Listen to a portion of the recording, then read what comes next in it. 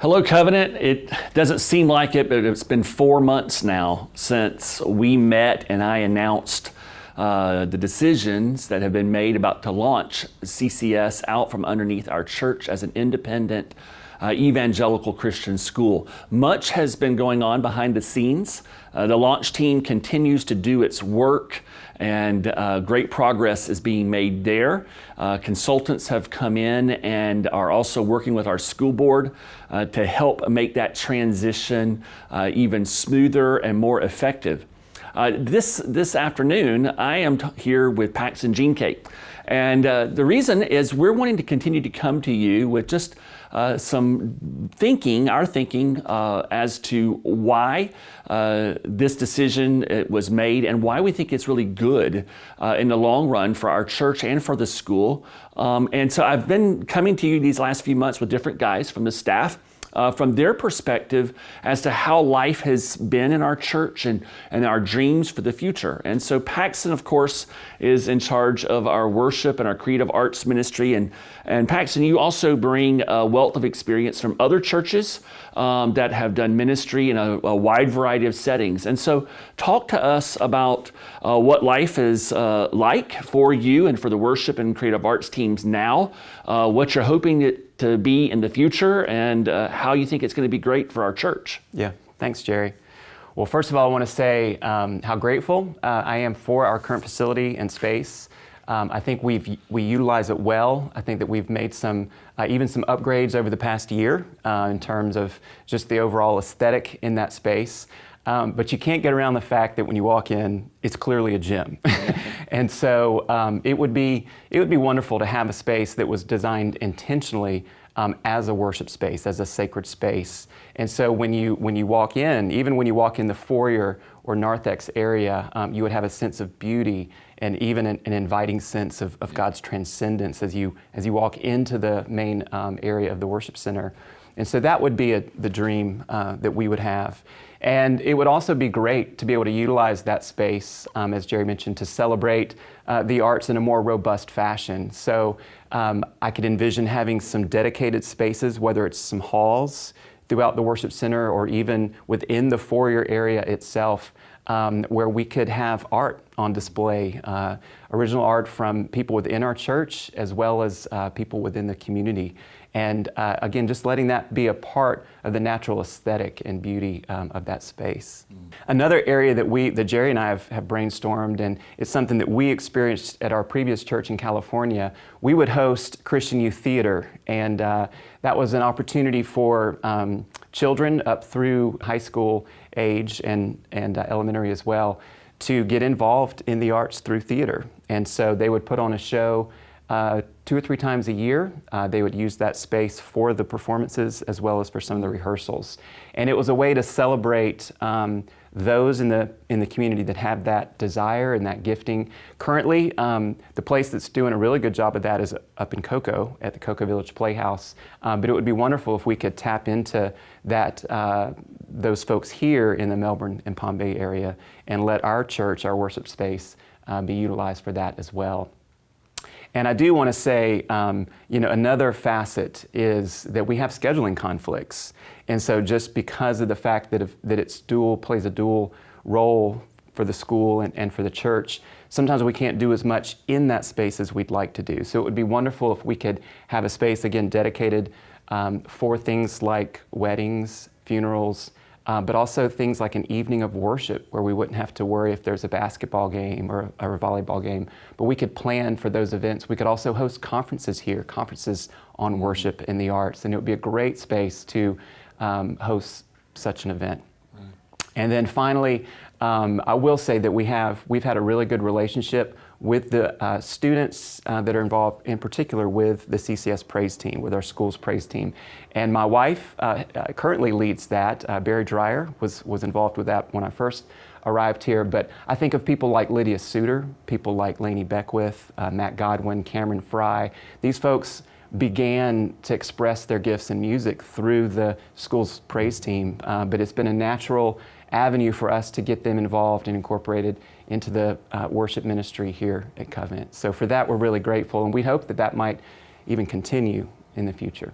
And that's one of the, I think, one of the driving reasons why when we look at where does the church go, we are looking at the other end of the property because we love the school. We love the families that are in the school, the students. Many of the students that you interact with, they don't go to our church, but they're part of the body of Christ as a whole.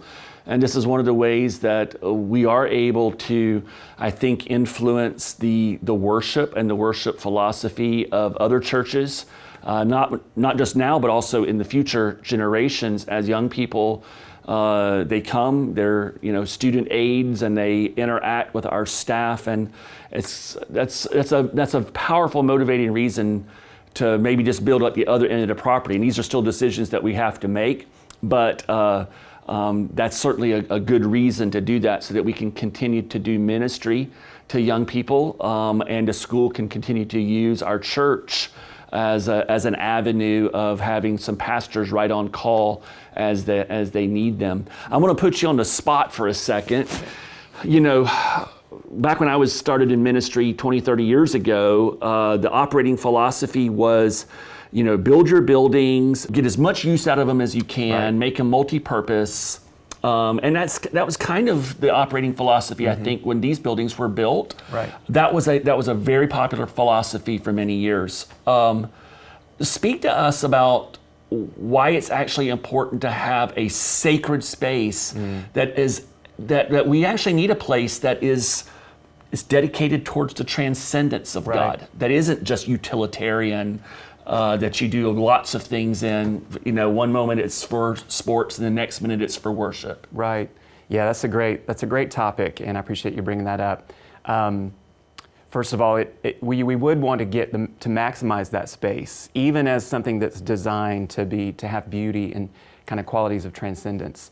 But we do have folks that choose to worship, for example, at our beachside campus sometimes, because they're so immersed in the current worship space throughout the week. They long and desire to have a space that's different from where they are so involved throughout the week. And so I think there is something to that dynamic of having a space that's a bit set apart, and that's designed, and again, the aesthetic of it is clearly, though it can have some multi-purpose use, it has that sense of worship when you enter. And so it feels set apart. Yeah. And I think that's a value that we've realized as in having something that's multi-use. Yeah. That word set apart, it's important. That's the basic meaning of holy. Right. And consecrated. Yep. And you think about the temple in the Old Testament, how it was consecrated. That's right. To the worship of God. And it was meant to make a statement to God's people that I am holy, I am higher, and you are my people. And so all of that was meant to help the people to realize that not only is God holy, we are called to be holy. And so it's all part of the package. Yeah. Yeah. That made me think of, so there's a whole, you could study the prescriptions for the temple and for the tabernacle. And though that's part of the old covenant, some of the older, signs, and for the people of God, we clearly acknowledge that we are the church, we are the called out ones. However, one of the interesting things that you find when you look at the prescriptions for the temple is that God prescribed for there to be non-load-bearing columns. Yeah. Meaning he was writing into the design of the temple something that had no other function than for beauty and aesthetics. It didn't have a functional character to it. It was just for beauty. And I think that says something about the nature and character of God himself. Yeah, he is a God who loves beauty. He loves art and creativity. And so as we think and dream of a sacred space, I think we're on good ground as we think in terms of those kinds of prescriptions and design for that space. And it makes sense, that God would do that, because the beauty of a facility, and of course we're not talking about, the next St. Peter's Cathedral or whatever, but within what you can do. Right. And what they can do is different. But with what you can do, making it as beautiful and as dedicated to God as you can, well, that helps point to the most beautiful thing, That's right. which is, of course, Christ. Yeah. And I think that's part of the reason why God has that, because we're there to remember that most beautiful thing. And so you do that in a beautiful space and a sacred space. So, well, Paxson, thank you. Church, we will continue to bring you these updates with different folks, and we will be pivoting as the year goes on. And we start talking about vision and our future as we wind down the process with Oxano. If you have any questions about any of these videos, things that we say, I hope that you won't hesitate to drop us a line. God bless.